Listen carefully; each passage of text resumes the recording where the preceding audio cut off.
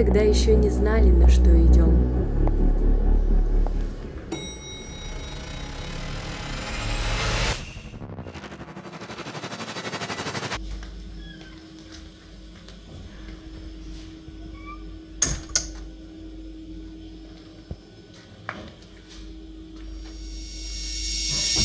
Ты что, еще не переоделась? Примерно так начинается мой рабочий день. Мы здесь с одной целью – поработать на башне Империя.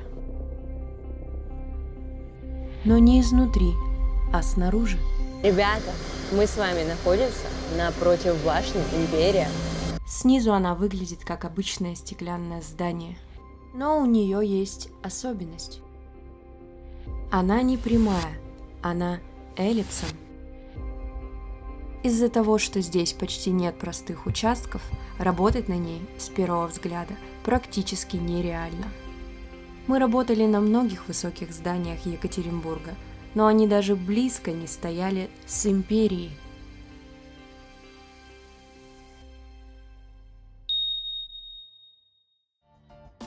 Прошло уже много времени с тех пор, как мы работали на Империи. Будем честны, но промышленный альпинизм и блогинг – комбинация не очень. Совмещать эти два дела оказалось чертовски сложно. В моей голове все выглядело как красивое кино, но в реальности это была вечная битва между «надо работать» и «хочу творить» на фоне дикой усталости. Объективно, у нас не было возможности сделать то, что вы сейчас увидите, но вдохновение победило любые технические трудности. Приятного просмотра!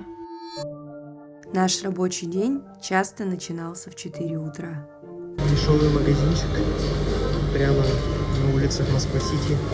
Мы встречаемся в тех помещениях, в котором мы переодеваемся, обедаем и иногда отдыхаем на бухтах веревки. Не успев перекусить, мы уже тащим на себе ведра, канистры и километры снаряжения на крышу. Накануне, чтобы начать как можно раньше, мы потратили целый день на завеску снаряжения.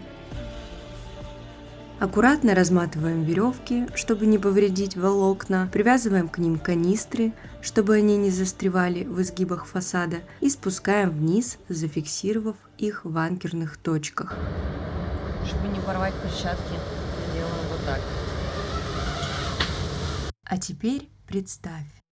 Ты цепляешься к перилам и подходишь к точке завески. Под тобой 2 веревки по 200 метров, основная и страховочная. Вся эта масса тянет тебя вниз с неимоверной силой. Если не установить специальные протекторы в уязвимых местах, веревки перережутся о край фасада, как нитки. Короче, ребята, мы висим, сейчас завешиваемся, а там с ЕКБ парни Рома Алтай поднимают аквариум наверх. Вон они. На каждый спуск нужно взять с собой 40 литров воды. Это ведро и канистра. Плюс удлинители и инструмент. Кстати, внутри эллипса башни до фасада просто так не дотянуться. Приходится работать удлинителями. На земле они кажутся безобидными, но на высоте они превращаются в неподъемные гири. Очень долгое время приходилось учиться с ними работать, чтобы не оставлять разводов, и позиционироваться на фасаде, чтобы не летать из стороны в сторону. Сейчас я оттянусь еще. Сейчас, подожди.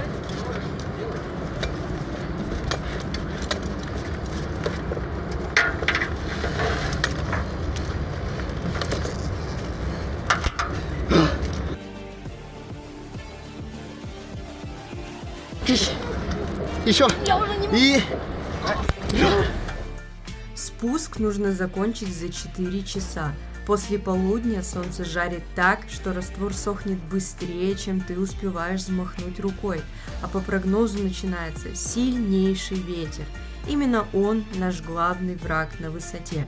Мне нравится, когда Яндекс.Навигатор напоминает тебе, где ты был в конце дня, ты смотришь, тебе приходит сообщение. Вы недавно посетили это место. Как вам Москва-Сити? Хочется ответить, супер, да. Еще мужичок, который предлагает на смотровую площадку за 300 рублей. Внизу. Хочется сказать ему, иди в жопу. Всегда есть возможность просто остановиться и посмотреть вокруг. Спуск у опытного альпиниста занимает 4 часа, в то время как мы в первый раз провисели целых 8. Поэтому, чтобы у тебя не отсохли ноги, как у нас с Данилом, каждые 4 часа нужно спускаться и отдыхать, либо делать дела поважнее, иначе может произойти неприятно. В момент, когда я подумала о том, что хуже уже быть не может, Данил понял, что может. Канистра в этот момент оказалась последним спасением. Мы висим, у Данила выражение лица, как фасад башни. Я молча подаю ему канистру. Представьте картину. 50-й этаж, вокруг Москва-Сити, в центре Данил держит канистру, будто это его билет на свободу. А в здании напротив люди пьют кофе и обсуждают новости, пока мы висим к ним спиной и молимся, чтобы внезапный ветер не развернул Данила от фасада. У меня так ничего и не получилось. Я очень сильно переволновался. Кстати, эллипс моется еще и снаружи. Стопэ, вообще-то я веду эту передачу. Так вот, эллипс моется еще и снаружи, благодаря веревке, натянутой вокруг. Именно она помогает скользить по нему, как масло по бутерброду. Чё с Махой? Я не знаю, вроде в порядке. Маха, ты в порядке? Внизу натянута сигнальная лента. Мы даже представить боялись, что может произойти, если что-то упадет вниз. Наши первые рабочие дни запомнились нам очень надолго. После такого ты просыпаешься утром и понимаешь, что у тебя болит абсолютно все. Руки, спина, ноги, шея, все каменное. Висеть на веревках часами — это реально спортзал 80 уровня. На первых порах это ощущалось особенно жестко. Моя кожа явно нежнее, чем у среднестатистического альпиниста, поэтому после смен я выглядела как участница подпольных боев без правил. Слава богу, что мы передвигались на мотоциклах, на которых уставали еще больше. Эту профессию часто романтизируют, и, честно говоря, я понимаю почему. Теплый ветер на высоте птичьего полета, чай из термоса, который греет лучше слов. Изо дня в день ты коллекционируешь закаты, и город постепенно складывается для тебя как пазл, который никогда больше никто не собирал. Но это, как вы уже поняли, очень маленькая часть правды. От первой идеи снимать свою жизнь до этого момента мы прошли через сотни проверок и очень долгий поиск себя. Я думал, уже что-то случилось. Я думал, ты заглохла. Мы превращали дорогу и рутину в самовыражение, в любовь к захватывающему и к самому простому. Мы находили вдохновение там, где другие видят пустоту и износ. Все это лишь декорации, на фоне которых мы учились чувствовать жизнь и, самое главное, учились чувствовать друг друга. И знаете, кажется, впереди еще много-много всего.